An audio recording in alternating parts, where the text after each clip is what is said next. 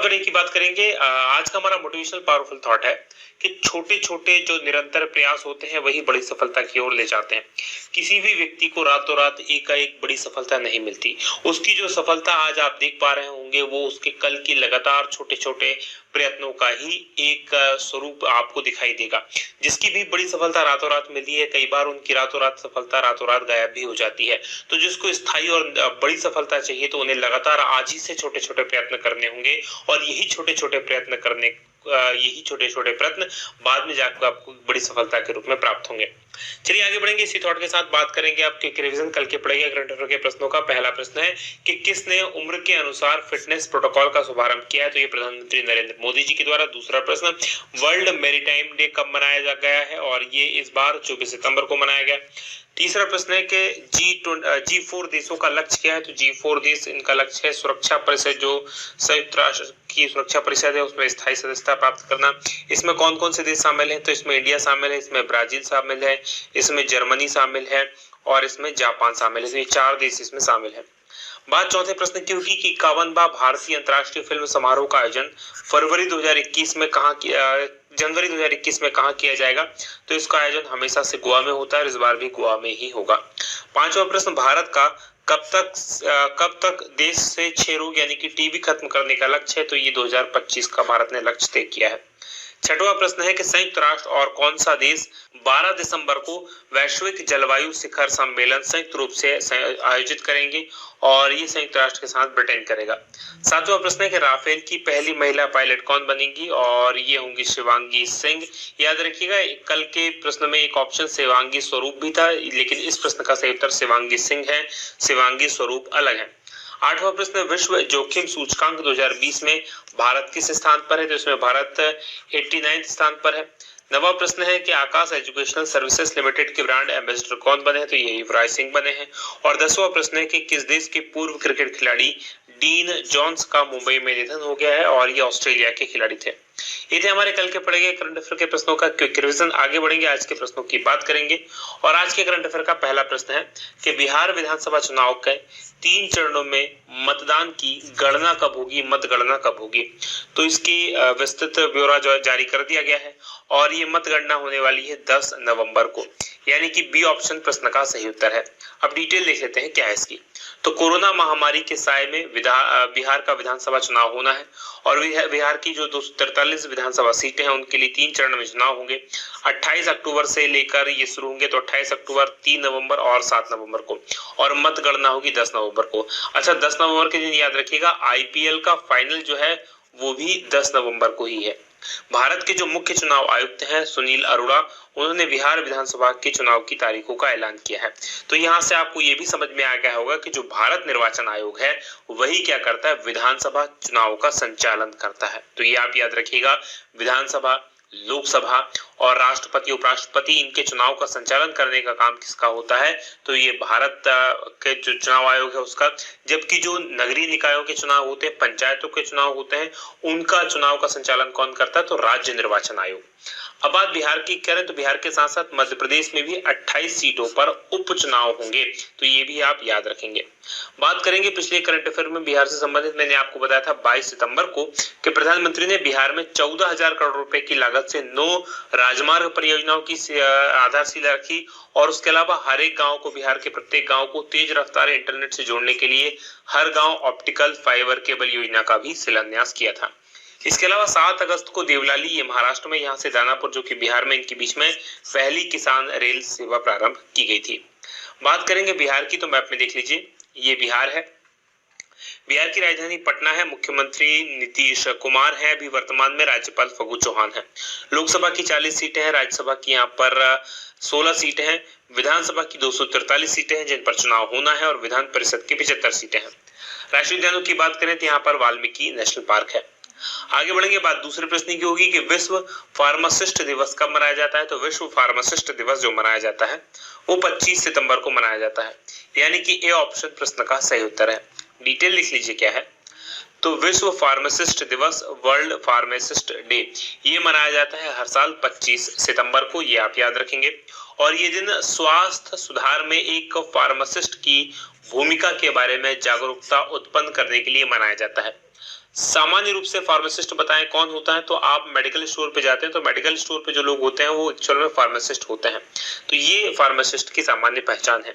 और इस बार का जो विषय है transforming global health, transforming global health, ये इस बार के वर्ल्ड फार्मासिस्ट डे का विषय है या थीम है। बात करेंगे तीसरे प्रश्न की, हाल ही में भारत ने किस मिसाइल का सफल परीक्षण किया है। तो भारत ने जिस मिसाइल का सफल परीक्षण किया है वो पृथ्वी 2 है, यानी कि डी ऑप्शन प्रश्न का सही उत्तर है। डिटेल लिख लीजिए क्या है। तो भारत ने स्वदेश में निर्मित यानी भारत में ही निर्मित परमाणु क्षमता वाली मिसाइल है पृथ्वी 2, इसका सफल परीक्षण किया है। और याद रखिएगा नाम पृथ्वी है, तो पृथ्वी तो सतह से सतह पर मार करने वाली ये मिसाइल है। 350 किलोमीटर की दूरी तक मार करने में सक्षम है और अपने साथ 500 से लेकर 1000 किलोग्राम तक आयुध ले जा सकती है, यानी इतना वारहेड अपने साथ ये लेकर चल सकती है। पृथ्वी 2 ये मिसाइल को सेना में 2003 में शामिल किया गया था। 9 मीटर लंबी ये मिसाइल है और डीआरडीओ जो भारत का है रक्षा अनुसंधान और विकास संगठन, उसने इसका विकास किया है। बात करेंगे डीआरडीओ यानी कि defence research and development organisation, रक्षा अनुसंधान और विकास संगठन की।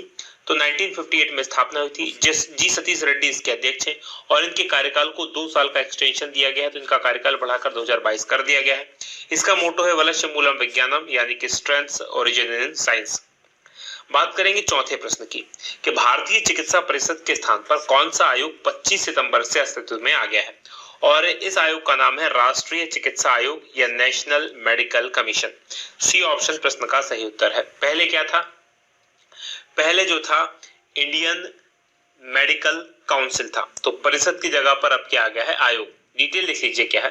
तो देश में चिकित्सा शिक्षा और व्यवसाय का जो शीर्ष नियामक है उसके तौर पर राष्ट्रीय चिकित्सा आयोग 25 सितंबर से अस्तित्व में आ गया और ये भारतीय चिकित्सा परिषद का स्थान लेगा। तो पहले जो काउंसिल हुआ करते थे उसकी जगह पर कमीशन बन गया है। जो दिल्ली के अखिल भारतीय आयुर्विज्ञान संस्थान के ईएनटी विभाग के प्रमुख हैं, पूर्व प्रमुख डॉक्टर सुरेश चंद्र शर्मा, इनको 3 साल के लिए इस आयोग के अध्यक्ष के रूप में नियुक्त किया गया है और इस आयोग में 1 अध्यक्ष, 10 पदेन सदस्य और 22 अंशकालिक सदस्य हैं जिनसे मिलकर। बात करेंगे 5वें प्रश्न की कि किस राज्य के मुख्यमंत्री ने मोक्ष कलश योजना 2020 को मंजूरी दी है। तो मोक्ष कलश योजना 2020 इसको मंजूरी दी है राजस्थान के मुख्यमंत्री अशोक गहलोत ने, यानी कि ए ऑप्शन प्रश्न का सही उत्तर है। डिटेल लिख लीजिए क्या है।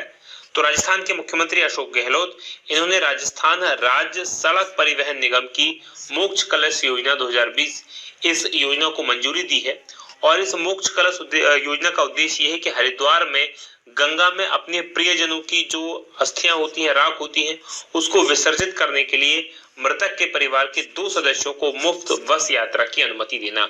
यानी कि इसमें राजस्थान से कोई भी 2 सदस्य किसी भी परिवार के, अपने परिवार के किसी प्रियजन की मृत्यु हो गई है तो उनकी राख को, उनके कलश को जाके हरिद्वार में प्रवाहित कर सकता है और उसके लिए आने जाने का कोई किराया नहीं लगेगा।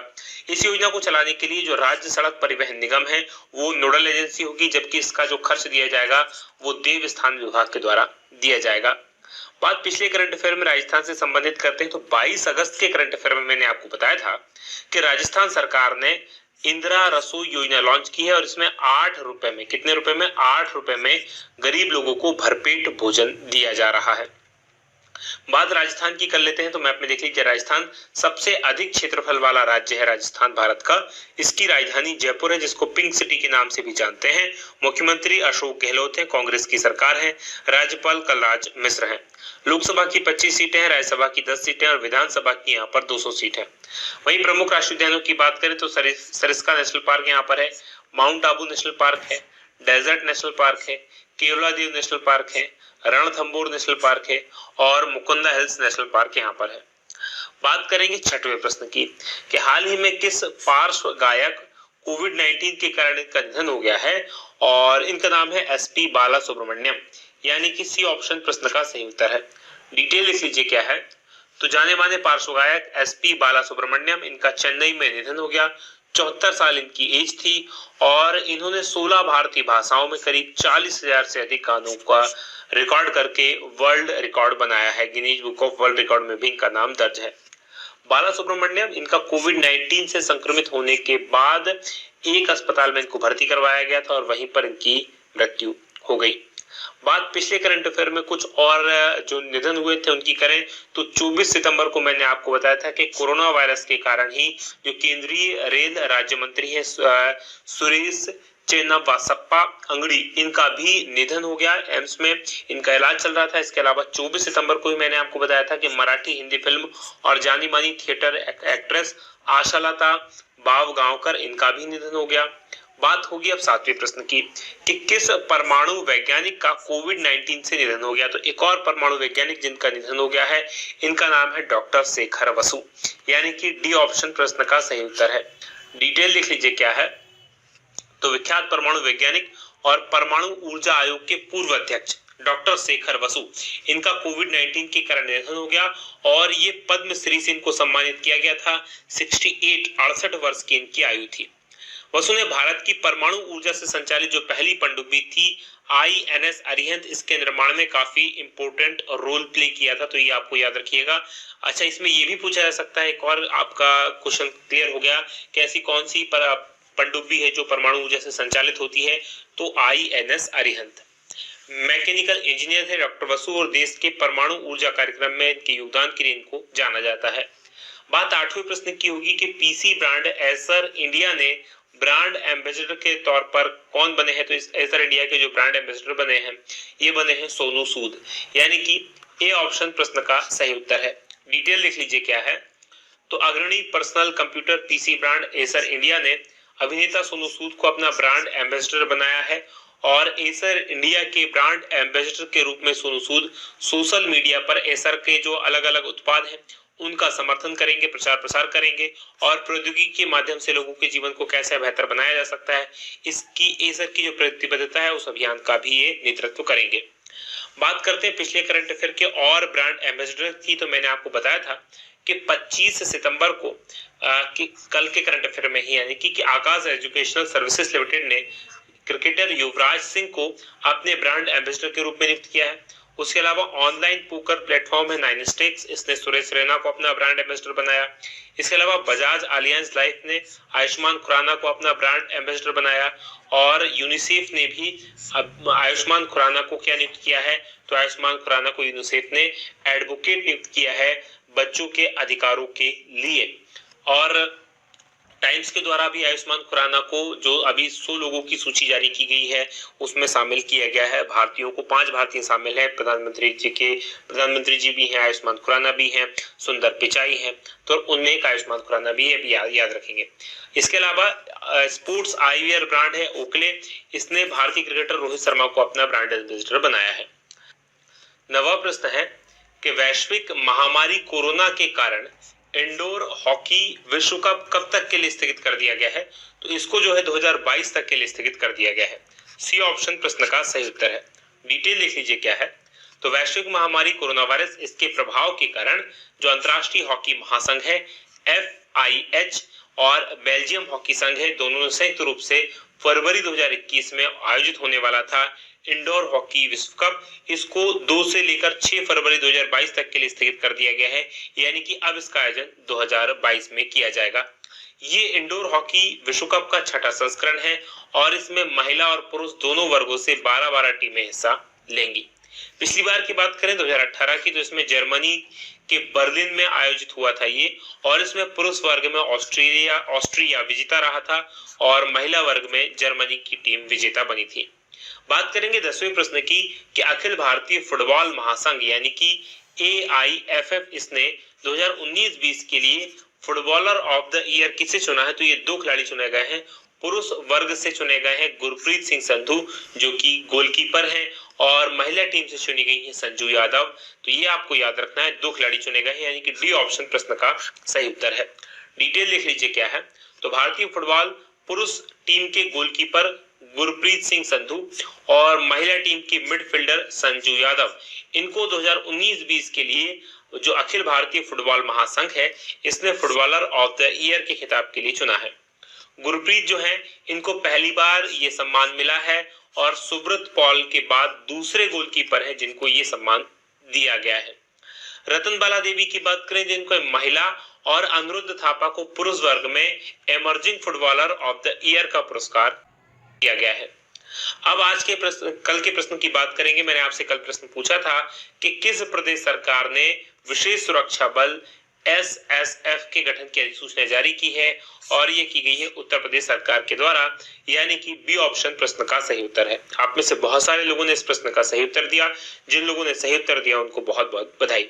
अब आज के सवाल की तरफ बढ़ जाते हैं। आज का हमारा सवाल है कि केंद्रीय मंत्री हरसिमरत कौर बादल ने इस्तीफा दिया है, वह किस मंत्रालय की मंत्री थी और इनके स्थान पर अब उस मंत्रालय के मंत्री कौन बनाया गया? तो इन सब के बारे में कमेंट करके बताइएगा। और ये वीडियो आपको कैसा लगा ये वीडियो बताना मत भूलिएगा। आज की बात करेंगे यही समाप्त। आप लोगों का बहुत बहुत धन्यवाद। जय हिंद,